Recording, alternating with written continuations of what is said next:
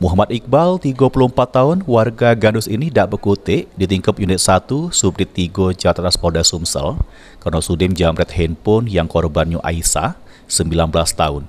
Aksi tersangka pun viral di media sosial sesudah terekam kamera CCTV. Terselit dari rekaman tersebut, korban yang pas kejadian lagi berjalan kaki sambil main handphone di Jalan Seruni, Kelurahan Bukit Baru, Kecamatan Ilir Barat 1. Dari arah belakang, tersangka langsung nyamber handphone korban. Kasubdit 3 Jatras Polda Sumsel, Kompol Christopher Panjaitan membenarkan kasus penjamretan handphone terhadap korbannya betino ini viral. Dengan adanya rekaman CCTV, sangat membantu Nian untuk mengungkap kasus ini. Viral sekali, yaitu perampasan HP yang mana modusnya anak umur 19 tahun, seorang wanita ya, seorang wanita, dan caranya dengan merampas dengan mengendarai kendaraan.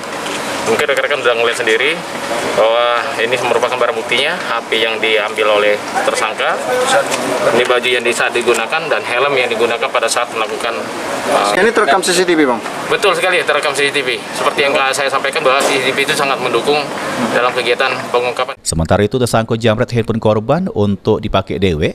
Tersangka yang galak nyabu ini ngaku handphone tersebut rencana nak dipakai untuk main judi slot. Rencana mau dijual berapa?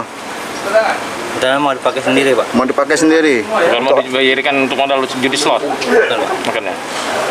Kenapa? Kita kecanduan judi slot dah? Iya, Pak. Berapa biasanya sekali main? Kayak nyabu. Kalau nyabu ya? Nyabu, Pak. Hah? Kemarin Iyo ngomong. Nyabu dah kan? Iya dulu, Pak. Menurut catatan kepolisian, tersangka ini merupakan residivis kasus 363 tahun 2008 sama kasus 365 tahun 2014. Mak ini tersangka harus mendekam lagi di penjara dengan kasus 365 KUHP lagi. Mulyadi, PAL TV.